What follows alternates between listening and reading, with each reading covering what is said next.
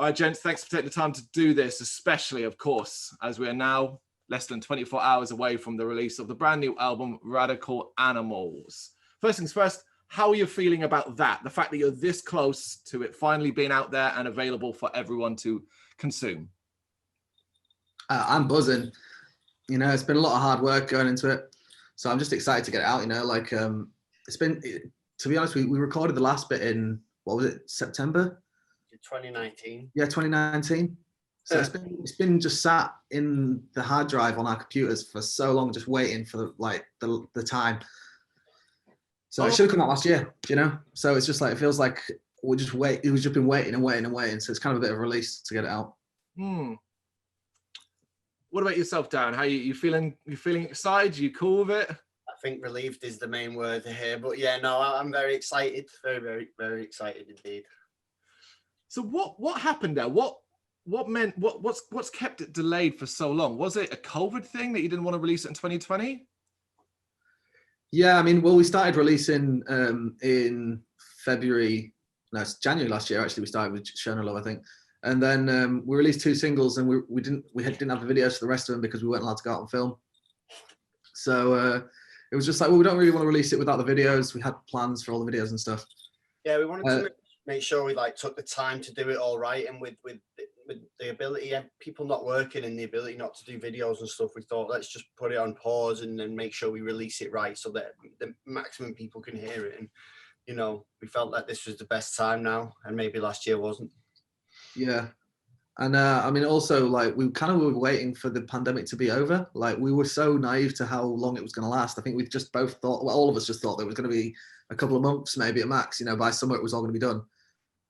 So we just thought, oh yeah, let's hold it for a couple of months. We'll be able to get back and film some videos, and then we'll be able to gig as well. You know, that was the thing, like being able to gig. And now we've just sort of come to terms with the fact that like gigging is going to be a couple of months away. But we had to get started before we knew that, releasing and just getting out there, because it was just, you know, time to go, time to get it out. Okay.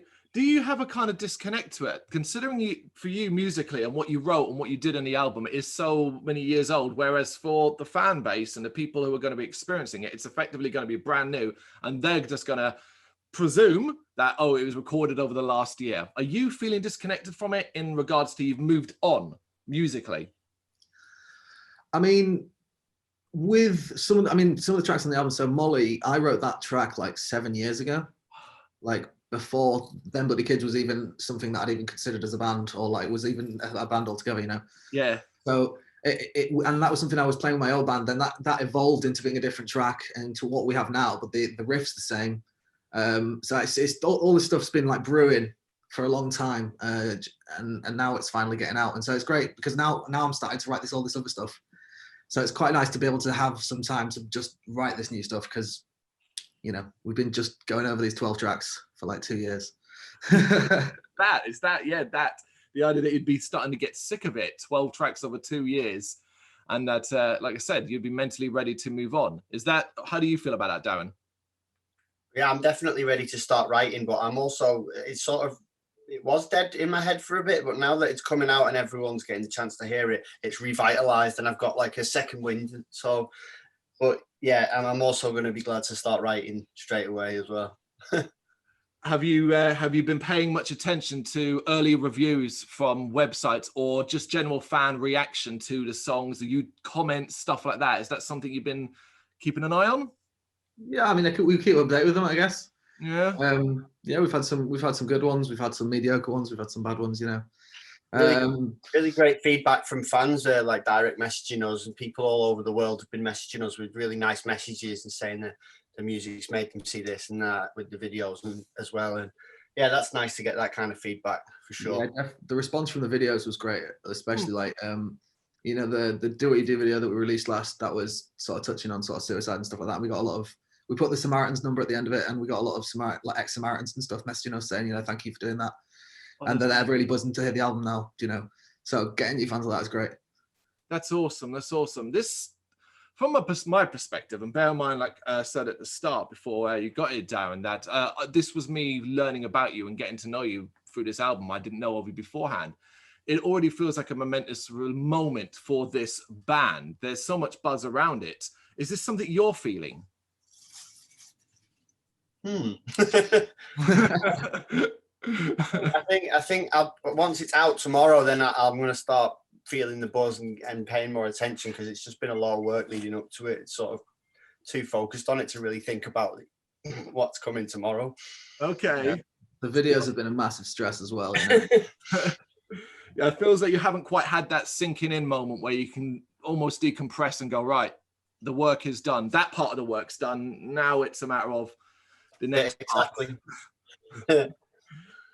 So throughout, I mean, the last year or so, how have you both been personally and as a band coping during the, the pandemic period? It's been very difficult for everyone, musician-wise. How about you guys? How you been coping? Well, I mean, to be brutally honest, we haven't really met other than doing videos. Just because it's not been viable, with the pandemic, we don't want to be passing it around. We don't want to be like contributing to any of the problem really. So we've just everything's been put on hold. Everyone's doing their own thing in their own places. We've been sending ideas back and forth, but nothing, not any jamming. So it kind of feels kind of dead. I'm just waiting to get in a room and start jamming together. Really, that's what I'm gagging for. Like playing music, man. That's why we do it. So it just feels weird not playing music and then releasing music, if that makes sense. Cool. But yeah, just feel like I'm more of a social media manager than a musician at the moment, and I've managed to set the drums up in the house and do a little bit of practicing, but I don't really like to do it all that much in the house because it's disturbing the neighbours and stuff like that. But so yeah, I'm excited to get back into the studio. I think me and Seb have got like 5 full days just smashing it out planned, just to get nice and tight again. So okay, that's cool. I hope it works out. I hope it all works out and everything continues on the right path. What during that period then, on a sort of positive thing for both of you individually, has there been something specific that you can point at that's helped keep you in a positive mind frame?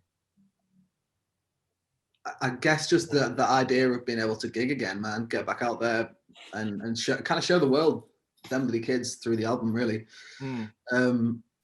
Yeah, that kept me going. I don't know about Darren. Well, I think we managed to make enough content with photo shoots and videos and snippets and stuff to actually be active as a band on social media every day, and to actually see something every day still happening and still getting responses and likes and all that jazz is it keeps you going. It pulls you through. It's not just nothing. Yeah, totally. So I mean, you brought it up a few times. The social media aspect is so obviously necessary to push a band. It's part and part. As record sales are important, but likes and follows are just as important. Do you think you're in a good state, then Bloody Kids, to be able to handle those pressures? Yeah, well, I mean, we're doing it now, yeah. So I guess so. But it's one of them things that it is just like a job, really. Like you have to get up and deal with all the social media stuff before you start your day, because otherwise it gets on top of you, man. And we're doing all sorts. It's not just it's not just Instagram, it's not just Facebook. It's like TikTok as well as YouTube, as well as just like just sharing on groups and interacting with fans through the posts that we're doing. It's a lot of work, but it's great. It's awesome to see the people reacting and enjoying it. The fans getting some, like, actually leaving some reviews and leaving some stuff for us to react to, which is fantastic. Most bands we talk to, and we talk about the social media aspect, tend to sort of say it's a necessary evil for them and they don't really enjoy it. Where do you fall? I absolutely hate it. I don't like it, but I like, right, this is a little guilty pleasure, but I like it's, as everyone does, it's nice to see likes, man. It's nice to see people getting involved with the stuff that you're doing and actually getting something back, whether that's just like a little thumbs up on a screen. It's the only recognition we really get, because we don't get paid. It's just like music's so hard to make any money. The only kind of real recognition you get is these nice reviews and fans likes and stuff like that. So every little like is a morale booster. Exactly, yeah, that's it. It just keeps us going. But you're able to get a balance though between your personal and the professional side of things. I mean, you'd have to ask my girlfriend, to be honest. I feel like she's probably sick of me on my phone all the time. But it's what you have to do. She'll be happy when when I'm taking her on the world tour. So, guys, where did you, going back to the very start, how did you guys meet? How did Them Bloody Kids come about? Yeah, I was Seb got a job on the bars, and I was his boss at the O2 Forum in Kentish Town a few years back. It's a big music venue in London. And then basically we found out we both like System of a Down, and then he was looking for a drummer and I was looking for a band, so we decided to get together. We did that before we really even knew each other, so then we became friends through the band as well. Yeah, it was pretty good. It was That's awesome. that was pretty much the story. Like as simple as that. It was my boss, and then it through just like asking one of the people that worked with me, he was my flatmate at the time and who worked under Darren. It was just sort of came together, and that was it. And then before you knew it, we had like 5 or 6 songs together within a couple of practices. It was easy. It just sort of went together like a jigsaw puzzle, you know. Sort of felt right. A mutual love, a System of a Down as well. That's not something you actually hear that often. It's quite modern, even if they're not so much doing anything these days. Oh, we both love System. I mean, it's my favorite band of all time. You know, I obsess over them, to be honest. I think we're supposed to be doing a new album last year as well, and they recorded some songs. And actually, they released 2 songs. They weren't that great though, but yeah, they released them. So you liked them, didn't you? They did it for the. It wasn't really for like sort of releasing music though. It was they did it for the Armenia. That's it. The thing with I can't remember what it's called now. Yeah, they did it to raise awareness for that war that was happening in Armenia essentially at the time last year. Yeah, I remember this. Yeah, it was just rushed out. I feel like it did feel a little rushed, but I love it. I love everything System of a Down. You know. So, and they were going to be Scars on Broadway songs anyway, I think. So it was going to be on the next album, Scars on Broadway. Oh, okay, well that makes sense. Do you think we'll ever actually get a new album though? Not System, but Scars on Broadway is basically, you know, it's the next best thing. And I love everything that Darren Lankin does anyway. So. Oh, fair enough. We'll move on from the System appreciation. This is for you specifically, Sebastian, as you know, you're doing a couple of different duties in regards to being guitarist and vocalist in the band, writing lyrics as well. Back when you first got interested in music, what came first for you, the guitar or the mic, and why? I guess I sang. I can't remember a time where I didn't sing, if that makes sense. So like since I was a little kid, like since I was like maybe like even before I could talk, I was just making sort of singing baby singing noises, you know, just constantly singing. I loved the limelight when I was a kid, you know, so just singing and performing and stuff. Then guitar, I picked up guitar. My mum played folk guitar, Austrian folk guitar. Oh, cool. With nylon strings. So I learned classical guitar. I think I got started lessons when I was like 6, 7 or 8. And then as soon as I knew a couple of chords, I was just writing songs. That's all I really wanted to do. I wasn't interested in learning anyone else's music or learning the grade stuff until later on. And I realized that I needed that sort of stuff to be able to grow my skills. And then when I was like sort of 11, 12, then I started playing more heavier music on my electric guitar. But yeah, that's kind of how it went. Okay. And what about yourself, Darren? When it comes to picking up a pair of drumsticks, it's not often musicians' first choice. Sometimes they dabble with other instruments and so on. Was that the case with you, or was it an instant love? I had a trumpet in little school, and then I played that for like 2 years. And then I tried guitar for a little bit, and then my mum eventually bought me a drum kit because I was doing her head in, smacking everything around the house with sticks all the time. And then I played that hours and hours every day, and then a bit of piano after that, but I kind of give everything up except drums.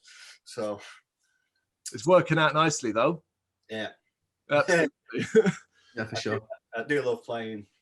Oh yeah, and I urge people when you hear the album, you cannot miss. There is mixing this, the production of this album is stellar stuff. Every note, every instrument, every drum here is heard. It's one of the most impressive things about it, gents. Oh, thanks, man. Yeah, that's all down to Justin, man. Incredible work. Like just to work with him. I mean, he helped me find my voice, you know, as a singer within the sort of rock metal world. Like I wasn't the best educated singer when it comes to like sort of harsher vocals. I was in choirs and stuff when I was a kid, and I did all sorts of like more classical based singing. But he really helped me hone in on that sound and find the gear that was right for me and find the sound that was right for me and just slotted it in the album. And he just helped us with everything, man. And it was everything about it was fantastic. I have nothing bad to say about it. Like it is insane. A great experience for us. Awesome, awesome. So lyrics then, going to that side of things, where do you look for inspiration? Because it seems obvious, considering the themes around radical animals and some of the subjects you cover and touch upon, that you might just turn on the news or look out your window effectively to get that stuff. But is there more to it? I guess it tends to be just what's floating around in my brain at the time. Okay. You know? So whatever it is that's got my goat. If it's you know, like Breaking Into the Night, for example, it was just a time where a day where I'd been arguing with some like right wingers on Facebook about immigrants or something, and I was just like, this, it's ridiculous that you think like this, you know, and it just set me off, and I wrote a song about it. Those are the sorts of things. It's not really like, you know, I won't set out to write a song about something. It's just sort of what I tend to be feeling at the time. But then how do you distill such a wealth of ideas and a wealth of feeling that comes with that into musical statements, as it were? I mean, to be honest, I asked myself that question. I don't know how, like, in terms of lyrics, I couldn't explain how I come up with lyrics and stuff like that. Like, it just sort of comes to me like at the time. Yeah, I don't know. Like, I'll just sit there and play a riff or play whatever, and then these just sort of these words will start coming to me, and I'll just write them out. And obviously, I'll edit them that afterwards, but it's not sort of like, I don't know, it doesn't come from anywhere specific. It's just sort of like, it's sort of meant a subconscious stream, I guess. Are you a notepad kind of guy? E.g., is your home just filled with notepads everywhere where you can scroll down stuff as it comes? It's just my phone, man. My phone's got like probably millions of different notes of like random lyrics, man, about all sorts of crazy shit. Like if someone says something in the street and I walk past and I think that sounds sick, I'm gonna write that down. And do you tend to bounce it off the other guys, yourself, Darren, and Vane? Well, I tend to write the song with the structure as it is first and bring it into Darren, and then he'll sort of tweak whatever he thinks needs changing as he's playing it. It's like, oh, this section could be longer here, or we could change this here, that sort of thing. So yeah, before it gets past the finish point, they all have their say for sure. Is that kind of what you see yourself as when it comes to doing that part down, like the tidying up, taking Sebastian's wealth of lyrical writing there and chopping and changing where you think it works? Yeah, just get a structure that flows the best and has the best drops or the best guitarists paired together and stuff like that, you know, and the right lengths. That's kind of it, plus whatever drums I want to throw in there. Of course, of course. And I guess in that frame as well, then, like, for both of you can answer this, how important is it for you then to get those statements out, that you get what you want to say, but you know you've got to balance it as well with being catchy, rhythmic, memorable tunes? And do you find that one takes precedence over the other without meaning to, maybe? I think that we prioritize catchiness and danceability. Good word. Over anything else. Love that word. Right, because that, like, it just seems like if we're having a good time playing it, then people are going to have a good time hearing it. Do you know? That's sort of our there isn't sort of much that we'll be like no to. You know, if something comes out and it's good and we vibe to it, then we'll stick with it. Well, you, Darren, you got anything to add there? No, I pretty much said everything there. Guys, do you remember the last time you played live? It was the Show No Love Weekender, and we played the Cavern in Devon. Was that the last one? Exeter. Yeah, Devon, Exeter. Same place. Yeah, that was it. Because COVID was just happening that week, and everyone was like getting ill everywhere, crazy, dropping like flies. Yeah. So that was like March. What was that? March 2020 then? Yeah. Yeah. And actually, it was the last sort of social event that we did at all, because it was that, and then there was like a nightclub thing afterwards, and then we drove home, and then I ran away up north. I was like, no, I can't do this here. So and then I just fled to Scarborough. So yeah, we didn't see each other for ages since then. What about going to like your own personal taste gigs wise? Have you been able to do any of that, say the socially distant side of things, when they briefly popped up? The awkward question. I'm mainly going to like concerts and orchestras and stuff like that these days. That's the sort of stuff I like to go and see. But everything's just been cancelled. I had loads of shows and concerts booked like that, but every single one was just cancelled until like July at least this year. Nothing's been rescheduled yet. I think we're playing something called Straight Out of Lockdown in June. It's like one of the first times we can have like indoor gigs. 3rd of July. 3rd of July. So that'll be the first sort of time we're out and able to see anything ourselves. That's probably the next gig we're going to actually attend as well. Yeah. Sorry, go on. No, I was just going to say I haven't managed to see anyone. I couldn't even remember what my last gig that I went to go see is. It's been that long, and I feel like I'm so disconnected with it now. It's just been crazy. If between now and July that opportunity came your way, considering the new album and promoters to listen, socially distant gigs, people are going to be seated, 50% capacity, and considering you use the word danceability, do you think you'd be tempted to play a kind of show like that? It'd be too dangerous because the audience would have to dance. You know, they'd have to get up. We'd be responsible for a COVID spike. You know. Yeah, exactly. We don't want that attached to our name. Guys, I went to one in October last year, October 2020, and it was a black metal show in New Cross, and it was all seated and all that, and it was the strangest, most surreal experience of my life, having them play that blasting music, and then at the end just sitting there going, yeah, man, I don't know. I've only been to one gig that was seated, and it was Alt J, surprisingly, right? You know, eclectic that I am. Yeah. Yeah, we went there, and that was just like weird to be sat, man. I was stood up the whole time dancing. Like, you don't want to be sat down. Mm-hmm. Like, for anything, man, even if it's just vibey music, I don't feel right sat down when I'm up with music. You know, you got to feel it, man. That's it. Absolutely. And yeah, you already said it's Rock the Foundry presents Straight Out of Lockdown on July 3rd, which looks to be the first one back. Do you think crowds, like talking about crowds then, and when these shows hopefully will happen as per they used to, do you think crowds will be wary, or do you just think there's going to be a rush on the venues? I think that we're going to see two different sides of people. You know, like there's going to be the ones who are super cautious and they become sort of like germophobic afterwards, and then you're going to see the ones that just want to get back out there and sesh like it was, you know, like we're back 2 years ago.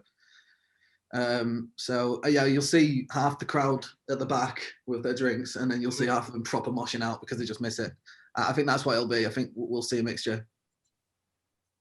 Do you think which camp do you guys think you'd fall into? Depends which song's on, I guess. Yeah, what band it is and all that. Absolutely. Yeah. I think we'll have quite a big attendance at the first few London shows, and I think everyone will just be cracking on, getting drunk and having a good dance for sure. No, the London shows, I'm confident. Definitely for the first couple of shows at least, and then maybe people start becoming cautious again after that. I'm not sure, after they've let it all out. Yeah, absolutely.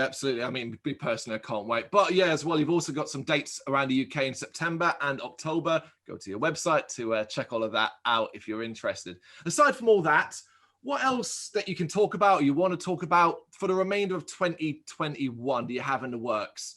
Or is it literally just a matter of, well, we're going to wait and see what happens?